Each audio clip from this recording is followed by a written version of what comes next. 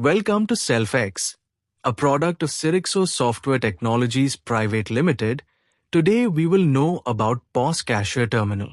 From here, we can place orders. On the left, we have the categories list. We can enter the amount present at the beginning of an employee shift in OpenShift. We have popular items for quick selection of frequently sold items.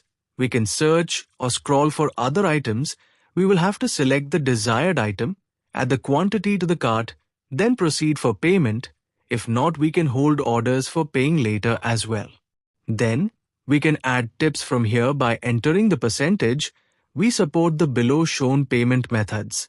After placing an order, a bill will be printed. We can view that order from the orders section. We can then collect payment or view the order summary. Likewise, we can view unpaid orders, flow-wise orders and orders from past week. Then we have day-end reports from which we can view item-wise, order type, category-wise, total summary and so on.